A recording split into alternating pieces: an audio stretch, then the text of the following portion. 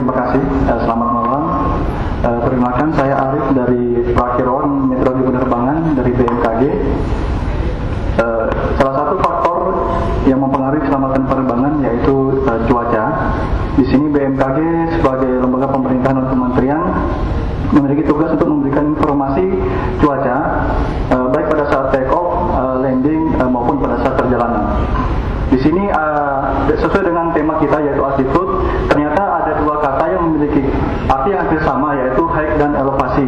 Di mana perbedaannya adalah pengukurannya ada yang terhadap permukaan laut maupun juga terhadap dari ketinggian muka tanah.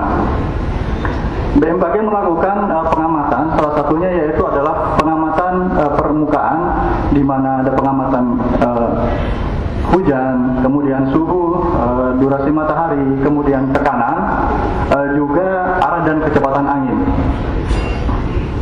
Salah satunya kami juga melakukan pengamatan jenis awan, di mana ada 3 jenis awan, yaitu awan rendah, awan menengah, dan awan tinggi. Mungkin awan yang di sebelah kanan ini awan yang sangat familiar bagi kita, yaitu jenis awan cumulonimbus. Ini sangat berbahaya bagi penerbangan. BMKG di seluruh Indonesia memiliki 4 jenis kelas, yaitu kita bagi menjadi stasiun meteorologi kelas 1, kelas 2, kelas 3, dan kelas 4. Untuk beberapa bandara yang besar mungkin sudah dilayani oleh stasiun meteorologi kelas 1 maupun kelas 2. Selain dari pengamatan udara permukaan, BMKG juga melakukan pengamatan udara atas, yaitu dengan menggunakan balon putih. Di sini menggunakan alat radio sonde atau rawin sonde, ini bersifat otomatis. Juga pengamatan pilot balon yang menggunakan balon berwarna merah, ini masih menggunakan manual, yaitu melihat pergerakan balon secara vertikal. Ini adalah sebaran dari stasiun meteorologi untuk pengamatan pilot balon yang ada di Indonesia. Secara umum hampir merata di seluruh wilayah Indonesia. Outputnya adalah kita bisa mengetahui arah dan kecepatan angin dari tiap-tiap lapisan. Sedangkan untuk pengamatan rawin sonde itu baru beberapa wilayah, namun kedepannya akan di seluruh wilayah Indonesia akan dilengkapi. Bedanya di mana?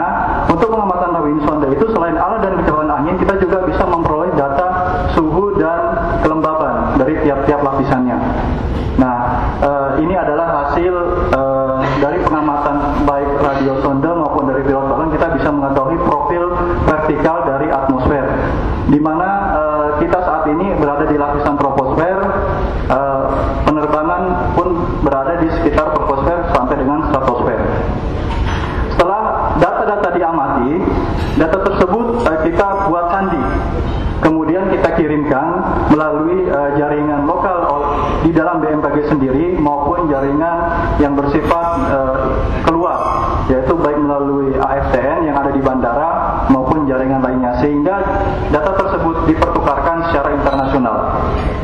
Ini adalah salah satu contoh informasi meteorologi penerbangan yang kami berikan, yang bisa diakses melalui aviationbmkg.go.id. Ini kita bisa melihat cuaca saat ini. Contohnya saya menggunakan di Jakarta sana. Nah, di sini pun juga kita bisa melihat kondisi yang sudah diterjemahkan secara jelas, dan untuk perakiraan ke depannya seperti apa, dengan waktu perkiraan dengan interval sekitar 1 jam. Di sini perakiraan maupun pengamatan itu berada di tiap-tiap bandara.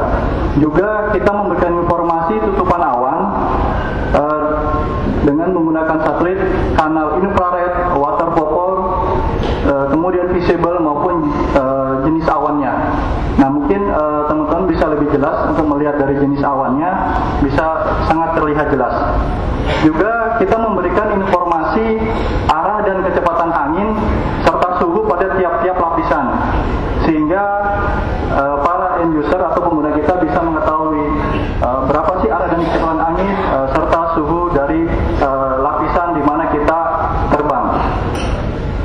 Juga adanya informasi signifikan weather yang diberikan untuk mengetahui perakiraan dari rute penerbangan kita, apakah nanti akan terjadi awan cumulonimbus atau ada fenomena gunung api atau ada daerah yang memiliki kecepatan angin yang sangat cepat. Nah, di sini juga kita berikan yang untuk yang wilayah Indonesia dengan medium level itu untuk penerbangan yang lebih rendah.